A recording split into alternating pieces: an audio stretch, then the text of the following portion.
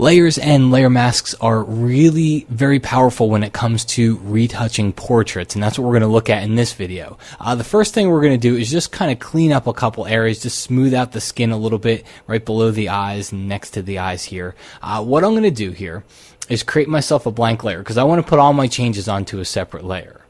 And then I'm going to come over to the toolbox and select the healing brush tool. The problem that we're going to have here is that if I look up in the top options bar, you can see sample is set to current layer, and that's what it's set to by default.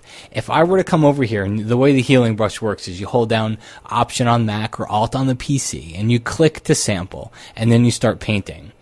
All right, and I'm painting, I'm doing all this stuff. Nothing is actually happening, and that's because I sampled from the current layer, and the current layer is this blank layer here.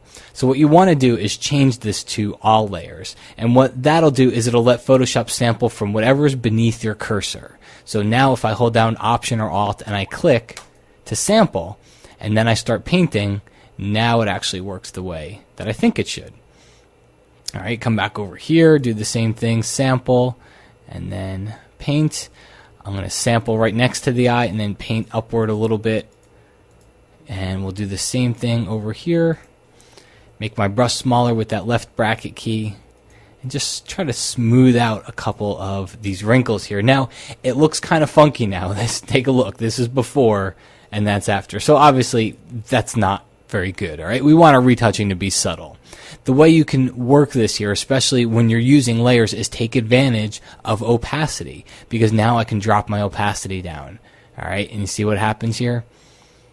See how I start to bring in the original layer underneath? So at 0%, it's like I did nothing. And I can just gradually build that back up and just smooth things out a little bit. I don't want them gone totally. I just want to smooth them out a little bit. All right?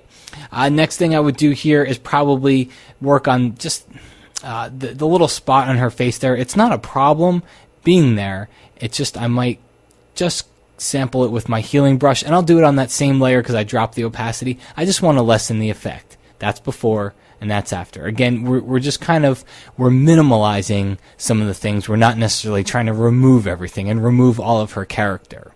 Okay? While we're on the topic here, I'm going to create another new layer, and I'm going to zoom in on her teeth. We've got just a tiny, tiny little spot right there, a little space. So I'm going to take my clone stamp tool from the toolbox and make my cursor really, really tiny. And the same thing happens here. Look at what we have under sample. It's set to current layer. Change that to all layers, and then hold down Option or Alt and click to sample. And now I'm just going to barely go in there and try to get rid of that as we back off. Yeah, we're not even going to see it. I might drop the opacity down just a little bit.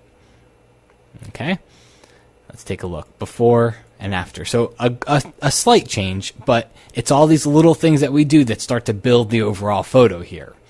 The next thing we do is it's actually pretty big. Okay, and I'm going to show you a keyboard shortcut that comes in very, very handy. It's a long keyboard shortcut, I'll tell you that. It's Command Option Shift on the Mac or Control Alt Shift on the PC. All right, so Command Option Shift or Control Alt Shift, and then hit the letter E. See what that did? It created a merged flattened layer. So what we have here is all of our layers below it merged and flattened into one layer on top, but I still have all of my layers where I did my retouching in case I ever want to get back to them and maybe change something. But it did create a flattened copy of it on top for us. So now what I want to do here is I want to just kind of smooth the skin out a little bit. We're going to go up to the filter menu for that. I'm going to go down to blur. I'm going to use surface blur for it. And surface blur does a real nice job of smoothing skin. It keeps a lot of the details, but we're still going to have to go do some work later on. But this is a good start. I'm just going to hit it with a 5 pixel. Let's crank it up a little bit, see what happens here. But I think it's going to get worse as we take it up.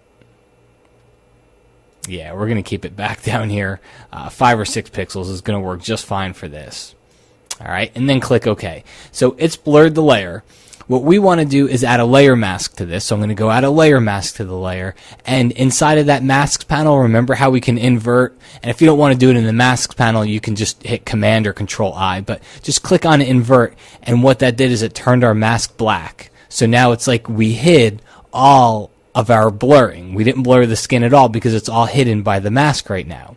So if I take a brush tool and I change my foreground color to white, now I can come inside here and I can start painting the softened skin back in. All right, see how we're doing that? Works really, really good at softening skin, but still allowing you not to soften all the details. And that's what we're after here. That's why we're using a layer mask, because now we can just go back and forth, zoom in a little bit on the photo here, take your brush size down with that left bracket key, and just get into some of those finer detailed areas right along the chin too.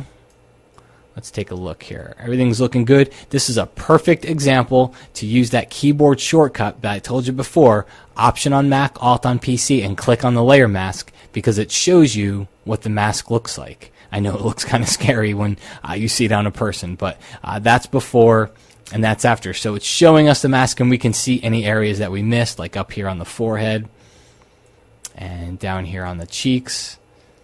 All right, so it's a good way to be able to get inside there and see those areas. Just Option or Alt click again to get rid of it. I even missed some areas over here. Okay, and if you were going to spend some time with this, I'd make my brush smaller and try to get in here right above the eyes too, but we're going to do it really quickly. All right, and it always looks a little bit too much to me when I get done with it, and that's where we bring opacity in, and we just drop the opacity down. If we take it down to 0, it's like we did nothing, and then I just build it back up. I'll do that a lot, by the way. It's a little tip for you. I'll bring this all the way down to 0, and then I'll just build it up and see what looks natural. I'll just keep increasing the opacity until I get to a point where I think it looks natural. So I'll bring it down to 0 and then increase it. And I'll usually settle somewhere in the 50-60% range when I'm doing the skin softening technique. All right, let's see, what are some other things that we can do? We can create ourselves a blank layer here. We can take our brush tool with a white brush and use the left bracket key to make it really, really tiny and just paint over on the whites of the eyes. All right, I know it looks kind of funky, but I kind of like it this way. I think we're on to something now. What we're going to do here is change our blend mode down to soft light, and that blends it in pretty well, and then decrease our opacity again, just to whiten the eyes a little bit. And then the last thing I'll do here, maybe a little bit of selective sharpening. I'm going to use that same trick I did before. Command Option Shift E, Control Alt Shift E on the PC, and that duplicates the layer, but it leaves all of our layers underneath here. So it flattens the document, but it flattens it to a copy. And then let's go up to Filter. We'll go down to Sharpen, hit it with an unsharp mask here, hit OK. Let's add a layer mask to it, and I'm going to invert the layer mask just like I did the last time. And now let's just go in with the brush tool, paint with white, and just paint over the things we want to be sharp. Like maybe I'll bring in some more detail into her hair. All right, just like that. And probably just a little bit over onto her eyes. Take a look. Before and then after. All right, so you can see where layer masks and layers and blend modes and opacity, these things all start to come together. When we use them all together, we can really do some nice things when it comes to retouching portraits. And I'll leave you with one last little keyboard shortcut. I know I've left you with a million already, but this is a pretty neat one. When you're working in the layers palette, and what I'd want to see here is a before and after. So I could turn off each layer, right?